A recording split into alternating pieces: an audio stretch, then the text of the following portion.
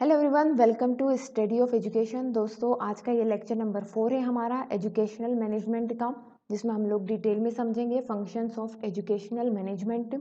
एक educational institute में जो मैनेजमेंट होता है वो कौन कौन से काम करता है, ये हमें डिटेल में देखना है।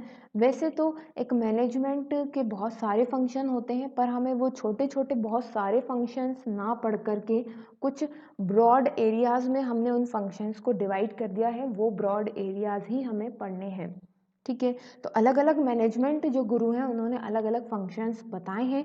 उनमें से मैं दो फेमस मैनेजमेंट गुरुज को यहाँ पर डिस्कस करूँगी, और उन्होंने मैनेजमेंट के एजुकेशनल मैनेजमेंट के कौन से फेमस फंक्शन बताए हैं उन्हें डिटेल में डिस्कस करेंगे इस वीडियो में।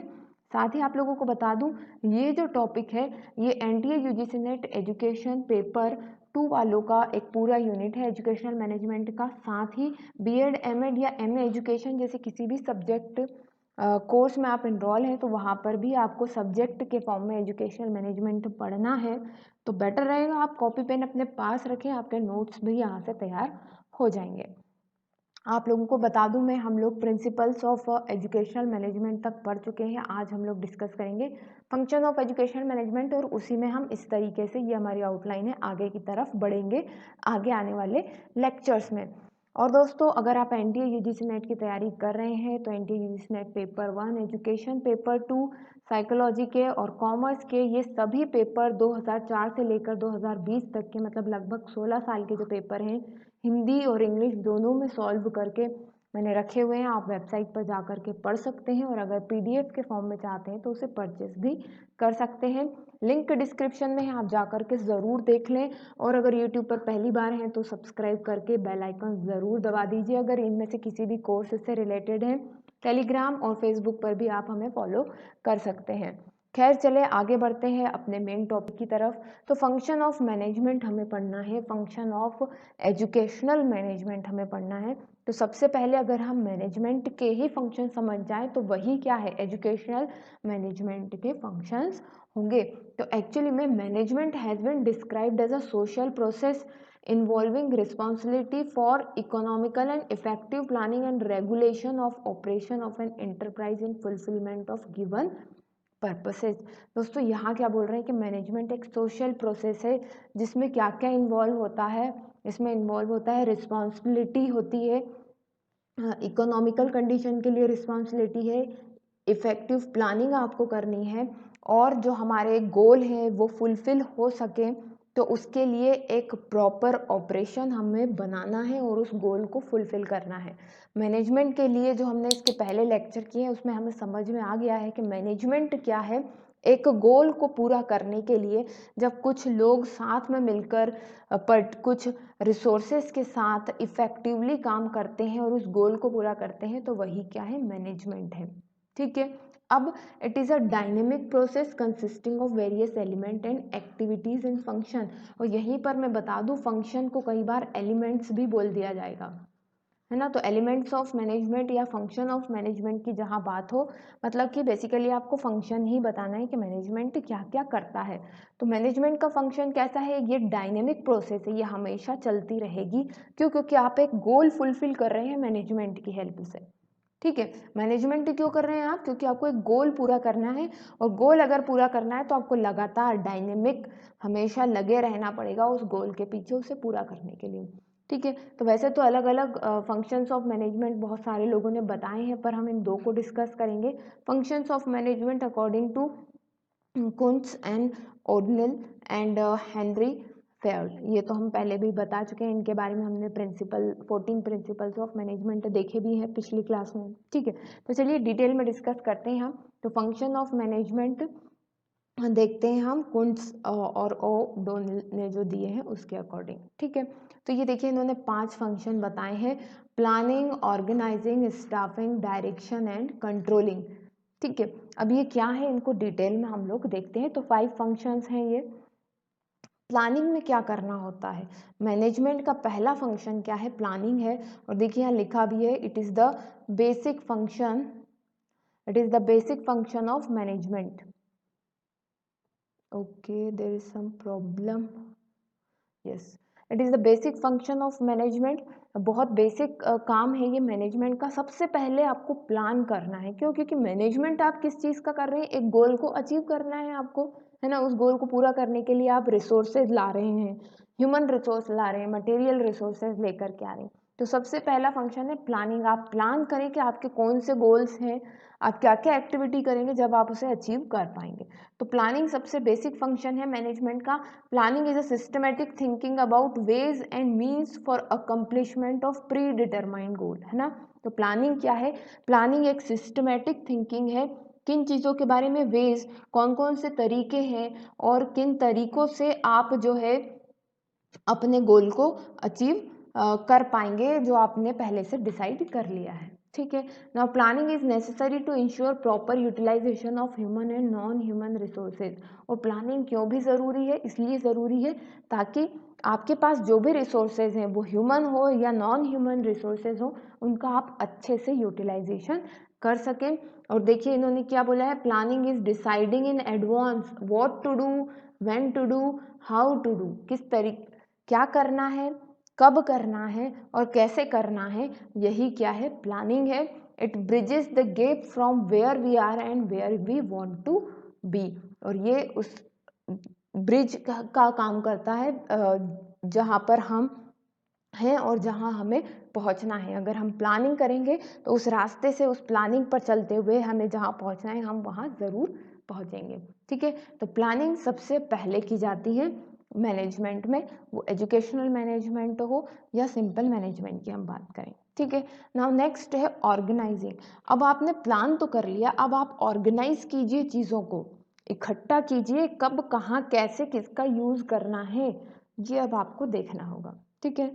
तो it is the process of bringing together physical, financial and human resources and developing productive relationship amongst them for achievement of organisational goal.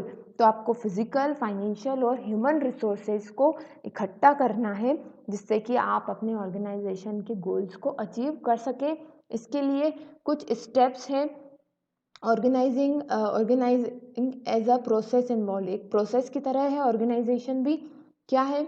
Identification of activity. पहले तो आप आइडेंटिफाई, आपको क्या करना है, फिर उन एक्टिविटीज़ को आप क्या कीजिए, क्लासीफाई कीजिए ग्रुप्स में, फिर लोगों को ड्यूटीज़ असाइन कीजिए, ठीक है, ग्रुप्स के अकॉर्डिंग, और उनकी जो है स्पेसिफिसिटी के अकॉर्डिंग उनको काम दीजिए कि भाई कोई किसी काम में अच्छा है, कोई किसी काम में अच्छा है, तो उनके अकॉर्डिंग आप उन्हें ड्यूटीज़ असाइन कीजिए, काम दीजिए।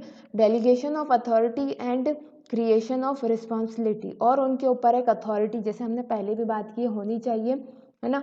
और रिस्पॉन्सिबिलिटी उनकी डिसाइड कीजिए। फिर coordinating authority and responsibility relationship, और उनमें कोऑर्डिनेशन लेकर के आइए और रिस्पॉन्सिबिलिटी रिलेशनशिप से लेकर के आइए। तो ये ऑर्गेनाइजिंग सेकेंड स्टेप जो है, मैंने फंक्शन जो है मैनेजमेंट का, क्या है? ऑर्गेनाइज करना। प्लानिंग के बाद ऑर्गेनाइज करना। नाउ नेक्स्ट है हमारे पास स्टाफिंग। स्टाफिंग मतलब कि लोगों को रखना। अब आपने एक्टिविटीज़ डिसाइड कर ली, उन एक्टिविटीज़ को करने के लिए अगर आपके पास पहले से ह्यूमन रिसोर्स है वो तो अच्छी बात है, नहीं है तो फिर आप वैसे रिक्रूटमेंट करेंगे, लोगों को लेकर के आएंगे जो उन गोल्स को अचीव करने में आपकी मदद करेंगे, फुलफिल करने में आपको हेल्प करेंगे। ठीक है। तो यहाँ पर देखिए, it is the function of manning the organisation structure and keep it manned. मतलब कि मैनिंग मतलब कि लोगों को लाना और ऑर्गेनाइजेशन में रखना, है ना। तो एक ऑर्गेनाइजेशन तभी अच्छे से काम कर पाएगी जहाँ पर अच्छा ह्यूमन रिसोर्स होगा, अच्छे लोग वहाँ काम कर रहे होंगे, उनमें क्वालिटी होगी और इफ़िशियंसी होगी, तभी जो है एक ऑर्गेनाइजेशन अपना काम कर सकती है, अपने गोल्स को पूरा कर सकती है। ठीक है। तो स्टाफिंग में क्या होता है? मैनिंग मतलब कि लोगों को ला करके काम के लिए रखना, और कीप इट मेंड, ऐसा नहीं हो कि भाई काम पूरा हुआ लोग चले गए, नहीं, वहाँ पर स्पेसिफिक काम के लिए स्पेसिफिक लोगों को हमेशा रखना ही क्या है? कीपिंग इट मेंड। ऐसा नहीं कि जैसे मान लीजिए हम स्कूल का एग्जाम्पल लें कि 10 महीने स्कूल लगता है, तो 10 महीने एक टीचर काम करती है, फिर उन टीचरों को निकाल दिया जाता है, ठीक है। 2 महीने कुछ नहीं, फिर जब अगला जुलाई से सेशन शुरू होगा तो फिर टीचर के रिक्रूटमेंट कर दिए। ये एक अच्छे मैनेजमेंट की निशानी नहीं है। ठीक है। तो manning the structure organisation structure and keeping it manned, हमेशा रखना वहाँ पर लोगों को। ठीक है। The main purpose of staffing is to put right man on the right job. ठीक है। सही इंसान को सही जॉब मिलना, यही पर्पस है स्टाफिंग का। जैसे कि स्क्वायर पैग्स इन स्क्वायर होल्स, मतलब स्क्वायर वाले जो खाके होते हैं उनमें स्क्वायर के शेप को फुलफिल करना। यहाँ पर ये एक एग्जांपल दिया गया है। ठीक है ना। स्टाफिंग इन्वॉल्व्स क्या क्या होता है स्टाफिंग में? मेन पावर प्लानिंग, प्लान करना कि भाई हमें कैसे लोग चाहिए, क्या क्या उनमें क्वालिटी होनी चाहिए। ठीक है। फिर उनका रिक्रूटमेंट करना, सिलेक्शन करना एंड प्लेसमेंट करना अलग अलग पोजीशंस पे, उनको ट्रेनिंग और उनका डेवलपमेंट कराना, पारिश्रमिक देना, रिन्यूमरेशन। ठीक है। परफॉर्मेंस अप्रेजल, उन्हें मतलब कि अगर वो अच्छा परफॉर्म करते हैं तो उन्हें बढ़ावा देना। ठीक है। प्रमोशन करना उनका और ट्रांसफ़र करना, ये काम होते हैं स्टाफिंग में। फिर आता है फोर्थ, डायरेक्शन। अब आपने लोगों को रख लिया, पर अपने गोल की तरफ वो लोग हमेशा काम करते रहें, सही डायरेक्शन में काम करें, इसके लिए ज़रूरी है कि उनके ऊपर कोई डायरेक्शन देने वाला भी हो। तो डायरेक्शन में क्या होता है? देखिए बोल रहे हैं direction is that interpersonal aspect of management, पारस्परिक एक एस्पेक्ट है ये मैनेजमेंट की, which deals directly with the influencing, guiding and supervising, motivating subordinate for the achievement of organisational goals. तो डायरेक्शन में क्या है? ये डायरेक्टली जो अथॉरिटी है वो डील करेगी, क्या करेगी? इन्फ्लुएंस करेगी, गाइड करना, सुपरवाइज करना, मोटिवेट करना, जो सब ऑर्डिनेट्स हैं जो गोल को अचीव करने में हेल्प कर रहे हैं उनको डायरेक्शन देना। इसमें अलग अलग एलिमेंट्स होते हैं जैसे कि supervision, motivation, leadership and communication. Supervision में क्या है? अपने सब ऑर्डिनेट्स के ऊपर नज़र रखना, ओवरसीइंग। ठीक है। Act of watching and directing work and workers, उन्हें हमेशा वॉच करना कि वो सही काम कर रहे हैं या नहीं कर रहे हैं, तो उन्हें डायरेक्ट करना। फिर है मोटिवेट करना, हमेशा आगे बढ़ करके पॉजिटिवली काम करने के लिए उन्हें मोटिवेट करना। ये कैसे कर सकते हैं आप? उन्हें पॉजिटिव फीडबैक, नेगेटिव मॉनिटरी या नॉन मॉनिटरी इंसेंटिव्स दे करके जो है मोटिवेट आप कर सकते हैं। फिर लीडरशिप करना, लीडरशिप में क्या होता है? As a process by which manager guide and influence the worker of subordinate in desired direction. एक डिजायर्ड डायरेक्शन में, एक चाहे गए डायरेक्शन में जब सबऑर्डिनेट्स को क्या किया जाता है? गाइड किया जाता है, अलग अलग एग्जाम्पल्स दे करके, अलग अलग बातें बता करके, तो वो क्या कहलाती है? लीडरशिप कहलाती है। एंड कम्युनिकेशन, इंफॉर्मेशन को पास करना, एक्सपीरियंस, अपने ओपिनियंस बताना एक दूसरे को, ये क्या है? कम्युनिकेशन क्या पार्ट हो जाता है डायरेक्शन के अंतर्गत। तो डायरेक्शन के अंतर्गत ये 4 एलिमेंट होते हैं। फिर आता है फिफ्थ आपका कंट्रोलिंग। अब आपने भाई सारे काम कर दिए, प्लानिंग कर लिया आपने, ऑर्गेनाइज कर लिया, स्टाफिंग कर ली और ये आपका डायरेक्शन दे दिया। अब कंट्रोलिंग करना कि भाई जो काम हम करवा रहे हैं वो हो भी रहा है या नहीं, ज़रूरत से ज़्यादा आगे चला गया है या पीछे है, उसे एक लेवल में लेकर के चलना ज़रूरी है, मेजर्ड लेकर के चलना ज़रूरी है। तो वहाँ आती है कंट्रोलिंग। तो क्या बोल रहे हैं? Controlling is the measurement and correction of performance activities of subordinate in order to make that the enterprise objectives and plans desired to obtain as them being accomplished। ये बोल रहे हैं कि ये मेजरमेंट करना और करेक्शन करना परफॉर्मेंस एंड एक्टिविटीज़ में कि सब ऑर्डिनेट्स जो काम करने वाले लोग हैं वो सही डायरेक्शन में कर रहे हैं या नहीं, या सही पेज में कर रहे हैं या नहीं, टाइम के अकॉर्डिंग कर रहे हैं या नहीं, ताकि हमारे जो गोल्स हैं वो अचीव हो पा रहे हैं या नहीं दिए गए टाइम लिमिट में। ठीक है। Now, therefore, controlling has following steps: establishment of standard performance, measurement of actual performance। भाई जो हमने स्टैंडर्ड माना है कि भाई ये काम इतने बजे तक खत्म हो जाएगा या ये काम इतने दिन में खत्म हो जाएगा, ये करके रखना, और मेज़र करना कि भाई एक्चुअली में काम उसके हिसाब से चल रहा है या नहीं, कंपेयर करना फिर जो एक्चुअल परफॉर्मेंस है और स्टैंडर्ड परफॉर्मेंस है उसमें कुछ डिफरेंस तो नहीं है, और अगर डिफरेंस है तो फिर करेक्टिव एक्शन लेना। ठीक है। ये सारे काम हो जाएंगे कंट्रोलिंग के। तो ये एक हमने 5 फंक्शन देख लिए। ठीक है। अब अगेन हमें कुछ फंक्शंस देखना है जो कि फेयोल्स एडमिनिस्ट्रेटिव मैनेजमेंट थ्योरी के द्वारा दिए गए हैं।